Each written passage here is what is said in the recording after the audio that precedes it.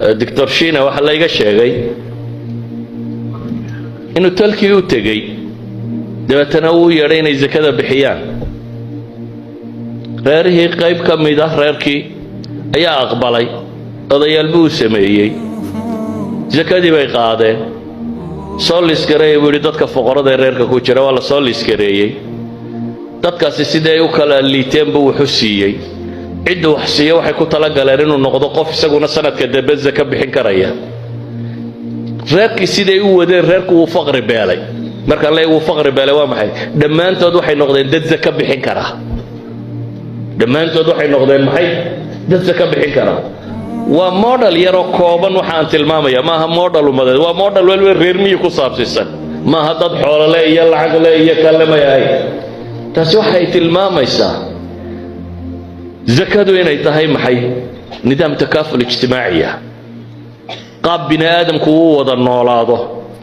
qaab bulshada looga tirtiro in faqrigu jiro qaab ay u dhici karto inuu dadku mustawa u soo gaari karo dhammaantii inuu noolaan karaa inta waxa dheer de jannadii iyo aakhira iyo wixii ilaahay ballan qaaday iyo barakadii xoolaha lagu galinayo namaagi ku dhacay waxa ku soo hadhayna waa dhankeedii kama warabayna marka fawaa'idii diineed ama aakhiro ama ajra ay lahayd kama warabayno laakiin waxay leenahay manaaficda dunawiga ku jirta waxay tahay waa system sameynaya inay bulshadu hesho takaaful ijtimaaciya oo isku filaan karto iyadoo cid kale wax weydiisan waa hadii maxay sidii loogu tala galay u socoto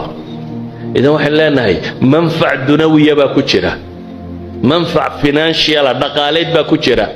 manfac social oo bulsheed baa ku jira manfac baa ku jira inaan dadku xaqdiisu qabin dunidaas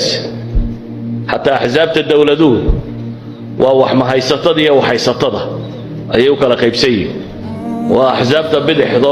wax ma haysatada taageerta iyo ahzaabta maxay inta wax haysata taageerta kuwa inta wax haysta taageerta markay dawladda qabsadaan dadka waaweyn bay cashuurta ka dhimaan kuwa yar yar bay ku kordhiyaan qaabkaas ay u dhaqmaan wax ma haysatadu markay qabsatana iminka laftooda xaq kale iskaga biireene kuwa waaweyn bay cashuurta ku kordhiyaan kuwana benefitska la siiyo waxyaabo la siiyo bay tiro badiyaan waxaan lagu leeyahay galbeedka ahsaabta bidixda iyo ahsaabta midigta qabsan waa labadan system waa labadan qaab dhaqaaleed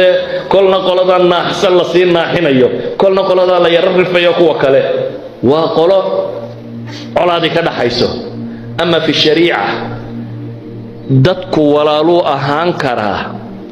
waxbuu isa siin karaa isagoo wali walaala waan loolan ka dhaxaynin loolankoodu yahay loolan ajarka ku saabsan saxaabadii ashtakootay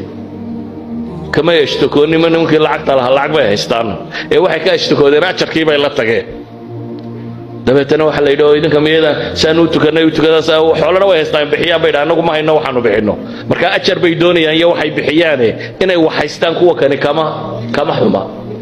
idan uqadko dhan baa baaba'aya طريق إلى الجنة